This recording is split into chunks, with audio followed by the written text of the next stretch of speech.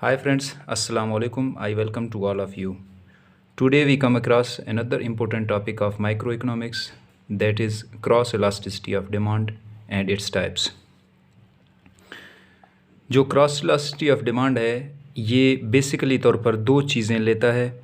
Let's suppose अगर हम बात करें good A and good B की, तो दो चीज़ें होती हैं. अब इसमें से जो एक है उसकी प्राइस के अंदर चेंज होता है, तो जो सेकंड गुड है उसकी डिमांड के अंदर चेंज आता है, क्वांटिटी डिमांड के अंदर. तो अगर हम इसको डिफ़ाइन करना चाहें तो हम इस तरीके से लिख सकते हैं कि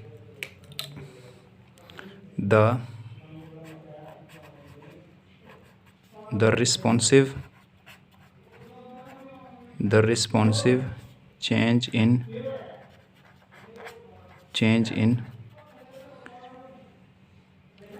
quantity demanded of commodity पर से हम एक कमोडिटी ए ले रहे हैं, तो quantity demanded of commodity A due to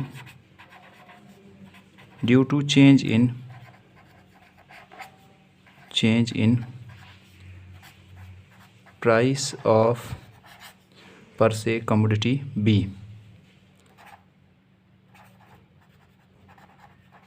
commodity B let's suppose हम ले लेते हैं. तो जब quantity of commodity A B के प्राइस में जो चेंज आता है उससे क्वांटिटी ऑफ कमोडिटी ए के डिमांड के ऊपर क्या चेंज आता है ये शो करता है क्रॉस इलास्टिसिटी. तो इसमें दो चीज़ों की बात होती है. तो फिर इसमें इसका अगर फार्मूला हम लिखना चाहें तो फार्मूला इसका किस तरीके से होगा, तो इलास्टिसिटी की सिंबल है EXY is equal to percentage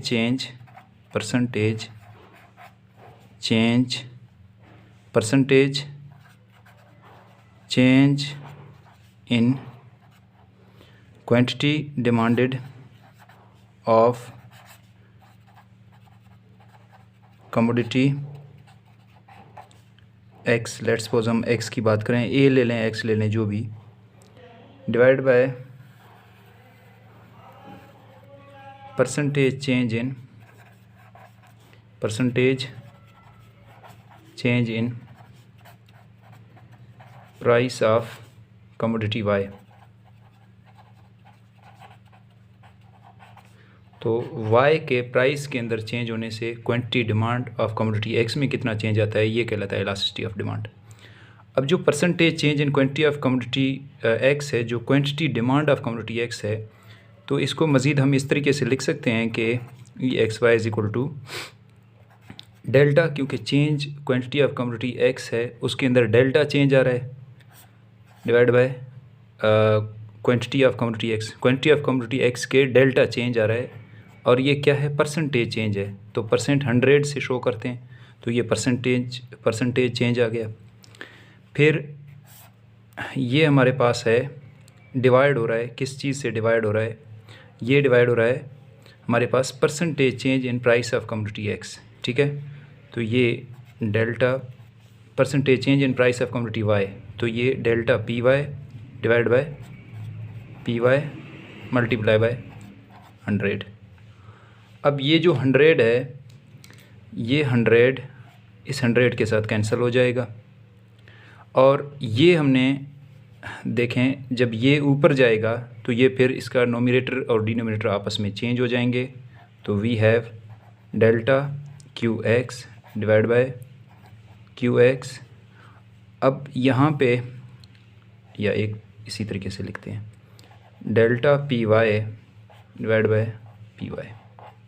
अब यहाँ पे ये साइन जो है ये डिवीज़न का साइन है. जब ये मल्टीप्लिकेशन के साइन में चेंज होएगा, जब चेंज हो जाएगा तो ये मैथ का रूल है कि ये फिर नोमिनेटर डिनोमिनेटर में चेंज हो जाएगा, और डिनोमिनेटर नोमिनेटर में चेंज होएगा, और जो नोमिनेटर है वो डिनोमिनेटर में चेंज हो जाएगा. तो हमारे पास आएगा EXY is equal to delta QX divide by QX into PY upon delta PY. अब लास्ट स्टेप में हम लिख सकते हैं delta QX elasticity of x commodity x and y, delta qx अब यहाँ पे इंटरचेंज करते हैं, डेल्टा पी वाई यहाँ पे है तो यहाँ पे लिख देते हैं इसको डेल्टा पी वाई इंटू ये पी वाई अपनी जगह पर है डिवाइड बाय क्यू एक्स। तो delta Q X upon delta P Y into P Y upon Q X. तो ये हमारे पास फार्मूला है for elasticity of demand, cross elasticity of demand. तो ये क्रॉस इलास्टिसिटी ऑफ डिमांड है कि quantity demanded of commodity X के अंदर कितना चेंज आता है due to change in price. तो यहाँ पे हम वैल्यू पुट कर लें, प्राइस पहले कितना था, चेंज प्राइस के अंदर कितना आया, तो हमारे पास change in quantity of commodity X आ जाता है कि उसके अंदर रिस्पॉन्सिव चेंज कितना आ जाता है, तो वो हमारे पास आ जाएगा। अब देखें as far as the change is concerned, तो ये टाइप्स ऑफ आगे हम बात कर रहे हैं अब क्रॉस इलास्टिसिटी की। तो ये चेंज 3 रिस्पॉन्स आगे आ जाते हैं due to change in price of commodity Y. तो आगे जो रिस्पॉन्स आता है कमोडिटी एक्स की तरफ से वो 3 तरह के रिस्पॉन्स आ जाते हैं। तो वही असल में टाइप्स ऑफ क्रॉस इलास्टिसिटी हो जाते हैं। तो यहाँ पे लिखते हैं types of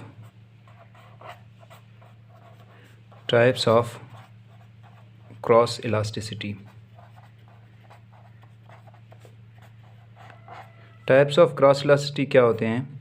types of cross elasticity 3 तरीके से होते हैं। एक होता है पॉजिटिव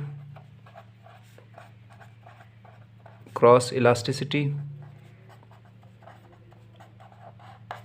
एक होता है negative cross elasticity, negative cross elasticity, और जो तीसरा होता है वो ज़ीरो क्रॉस इलास्टिसिटी, या इसको न्यूट्रल भी कहते हैं इलास्टिसिटी। ये 3 इसके टाइप्स होते हैं। अब इनको बारी बारी डिस्कस कर लेते हैं कि ये क्या होते हैं।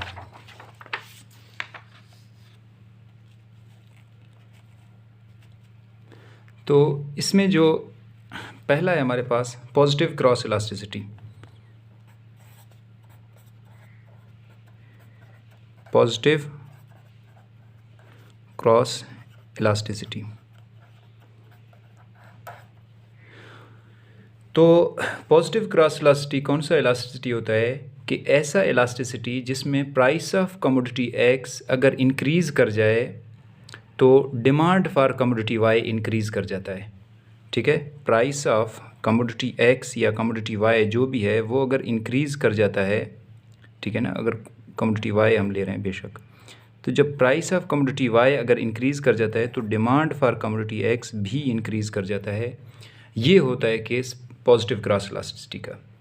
और इसका जो ग्राफ बनेगा वो ग्राफ भी कुछ इस तरीके से बनेगा कि यहाँ पे ये हम देते हैं वर्टिकल एक्सिस और यहाँ पे हमने ले लिया हॉरिजॉन्टल एक्सिस, और ये ज़ीरो ये क्वांटिटी ऑफ कमोडिटी एक्स, ये प्राइस ऑफ कमोडिटी वाई। ठीक है, अब यहाँ पे लेट्स सपोज इनिशियली ये डिमांड है, ये जो है एक्स नॉट है और ये पी वाई नॉट है। इस पॉइंट पे प्राइस है पहले से, और ये दोनों इस पॉइंट पे आके मिल रहे हैं। अब ये केस कौन सा हो सकता है जो पॉजिटिव क्रॉस इलास्टिसिटी का है? पॉजिटिव क्रॉस इलास्टिसिटी का जो है हो सकता है कि टी एंड कॉफ़ी का, टी एंड कॉफ़ी। ठीक है, अब टी एंड कॉफ़ी का जो आपस में है अगर रिलेशन देख लें तो कौन सा रिलेशन है? ये आपस में सब्स्टिट्यूट गुड्स हैं। अगर एक की प्राइस इंक्रीज़ कर जाए तो दूसरे का डिमांड इंक्रीज़ कर जाता है, क्योंकि जो कंज्यूमर हैं वो सब्स्टिट्यूट कर लेते हैं। टी अगर महंगा हो जाए तो वो टी को छोड़ के फिर कॉफ़ी को यूज़ करना स्टार्ट कर लेंगे। तो इस वजह से अगर लेट्स सपोज यहाँ पे हम वर्टिकल एक्सिस पे अगर टी ले रहे हैं तो हॉरिजॉन्टल एक्सिस पे कॉफ़ी है।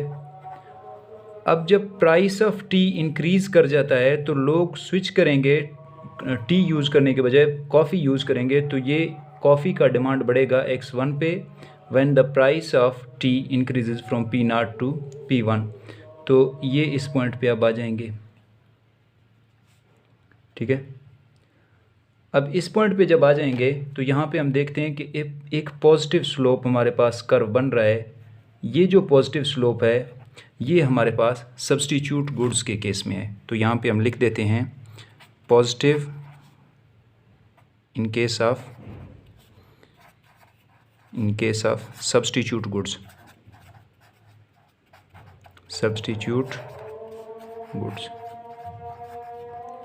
Let him finish first.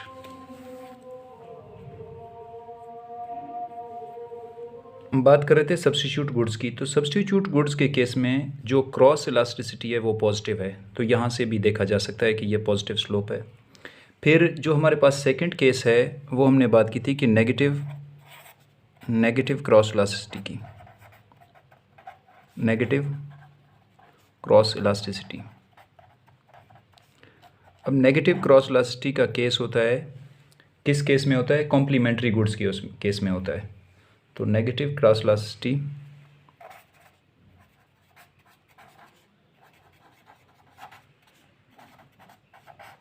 Complementary goods. अब कॉम्प्लीमेंट्री गुड्स कौन से गुड्स होते हैं? वो गुड्स जो इकट्ठे यूज़ होते हैं। अब लेट्स सपोज अगर हम बात करें शूज़ एंड सॉक्स की, शूज़ एंड सॉक्स की बात करें, या हम जो है सीएनजी और गाड़ी की बात करें, ऑयल और कार की बात करें, तो ये तमाम केस वो हैं जहाँ पे दोनों गुड्स इकट्ठे यूज़ होते हैं।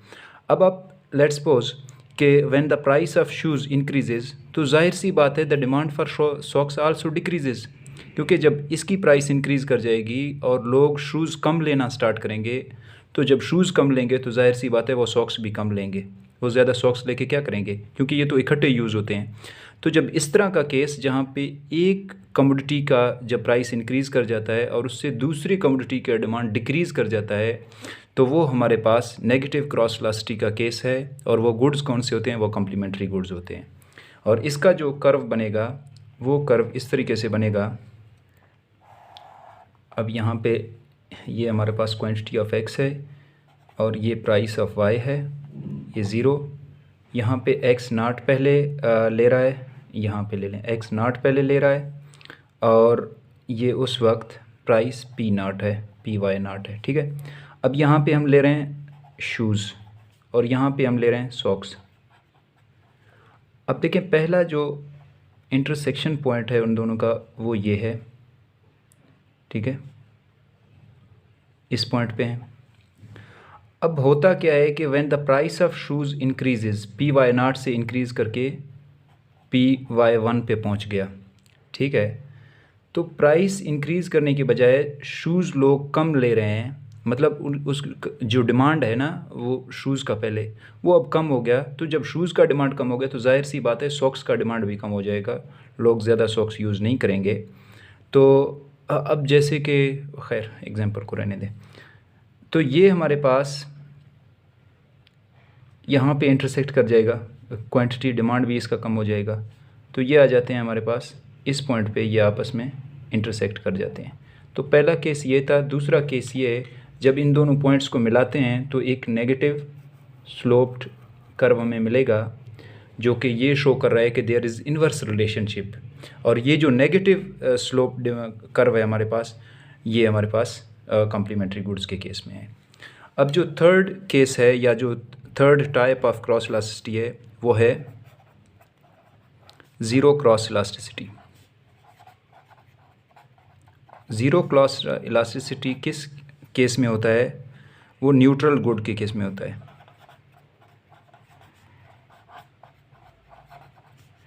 न्यूट्रल गुड्स केस में होता है। न्यूट्रल गुड्स कौन सी गुड्स होती हैं कि लेट्स सपोज अगर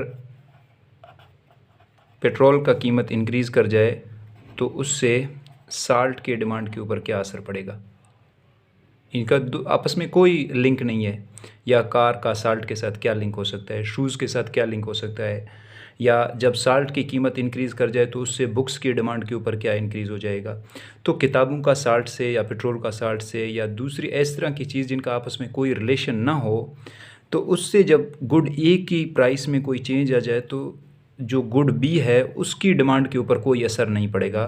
तो इस तरह का जो केस होता है वो न्यूट्रल गुड्स के केस में होता है, और उसका कर्व इस तरीके से कुछ बनेगा। ठीक है।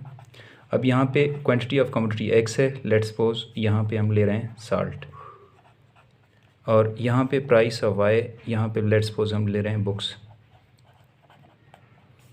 और यहाँ पे प्राइस ऑफ बुक्स पहले पी वाई नाट था और क्वांटिटी डिमांड फॉर साल्ट जो है वो एक्स नाट है, लेट्स सपोज। ठीक है, ये इस पॉइंट पे इंटरसेक्ट कर रहे हैं। अब प्राइस ऑफ बुक्स जब इंक्रीज़ कर जाता है पी वाई वन पे, तो उसका साल्ट से कोई लेना देना चूँकि है नहीं, तो साल्ट का डिमांड वही रहता है, एटलीस्ट बुक्स की वजह से वो चेंज नहीं होता। जब चेंज नहीं होता है तो ये दोबारा इसी पॉइंट पे इंटरसेक्ट करेंगे और हमारे पास एक जो है वर्टिकल कर्व बन जाएगा। तो ये जो हमारे पास कर्व है ये न्यूट्रलिटी को शो करता है, और ये हमारे पास ज़ीरो इलास्टिसिटी, क्रॉस इलास्टिसिटी को शो करता है कि इसका उससे कोई ताल्लुक़ नहीं है। तो इस तरीके का जो केस होता है ये हमारे पास third type of cross elasticity है। तो ये 3 टाइप्स थे क्रॉस इलास्टिसिटी के, और ये था कंसेप्ट ऑफ क्रॉस इलास्टिसिटी। तो आज के लिए इतना ही काफ़ी है, मिलते हैं इंशाल्लाह नेक्स्ट लेक्चर में, तब तक मुझे दीजिए इजाज़त। अल्लाह निगहबान।